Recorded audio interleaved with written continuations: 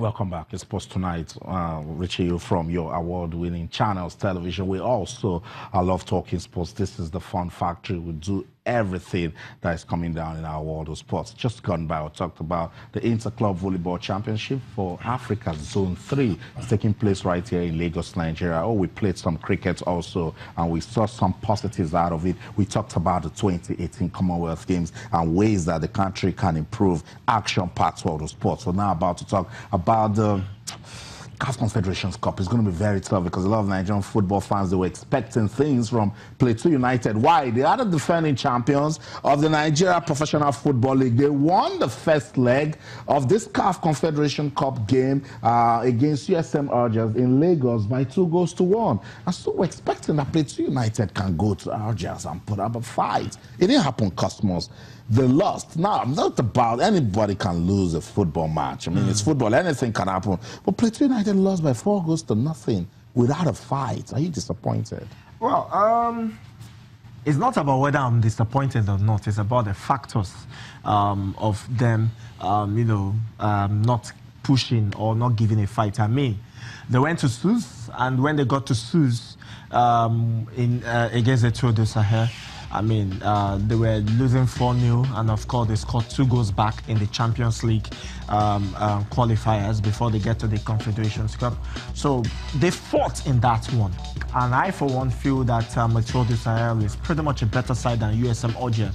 But then you have to look at those factors that militated against them. One, the fact that the only time they won emphatically in the CAF competition this season was at their stadium in Jos.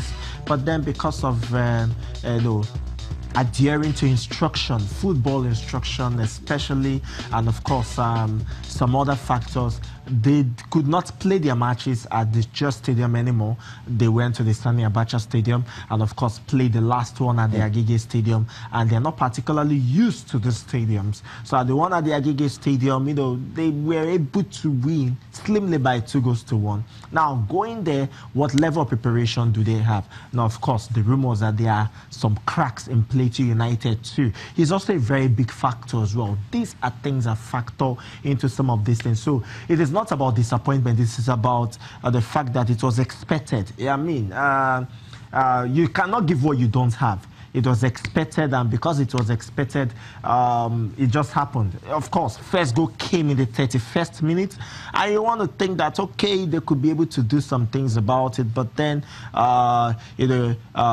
goals, the second goal came, and immediately when they started the first and the second half, 2 goals came in. They were ripped apart. I mean, they were ripped apart. It's obvious that the better team won. Certainly, the better team won. What we expect at this stage for Pt.1 United to put out a fight. So, technically, do you blame the technical crew?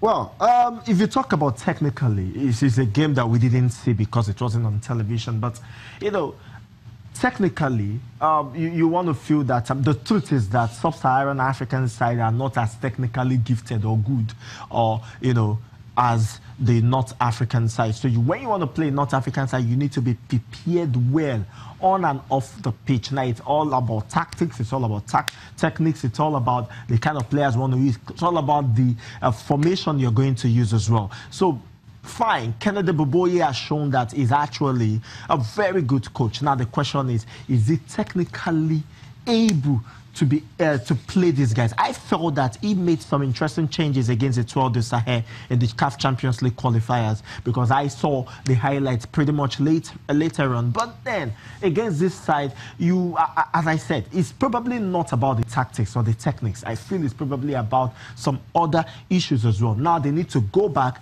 They need to do a whole lot of refresher courses. Kennedy Boboye need to do lots of refresher courses. They need to invest in going for trainings, refresher trainings, to make sure that they understand the new rules of the game, and of course teach these players and make these players play according to them. So that's the story for football followers in the country, particularly fans of Pt.1 United. Your team scratched out of the CAF Confederation Cup. They can no longer make it to the group phase. 1-2-1 in the first leg and lost by 4-0 in the second, and so crashing out on a 5 on a 5-2 aggregate scoreline. So let's take a look at some of the fixtures in the CAF Confederation Cup that we're expecting tomorrow.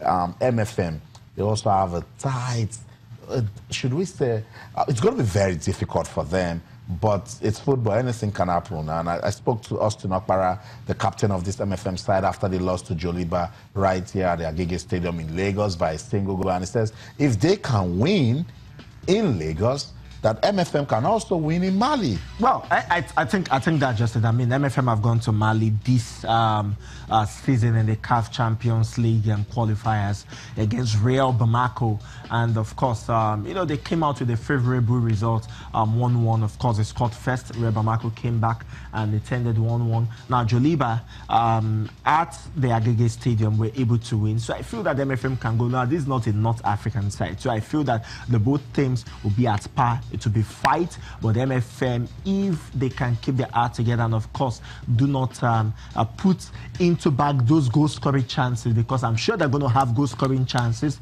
then certainly they should be able to, you know, put the chestnuts out of the fire. So I am kind of confident. I'm confident. I mean, I'm having a bit of optimism that MFM will be able to do that. But do they have the sort of team that can do it? Now that's the question. The question is the sort of team, because I mean, I was just hearing today that one of the players have actually been transferred to Pt.1 United. One of the very important players this season in the Nigeria Professional Football League have been transferred to Pt.1 United. So, you know, they are missing a whole lot of players in numbers. But then I feel that, I mean, they can keep their heart together.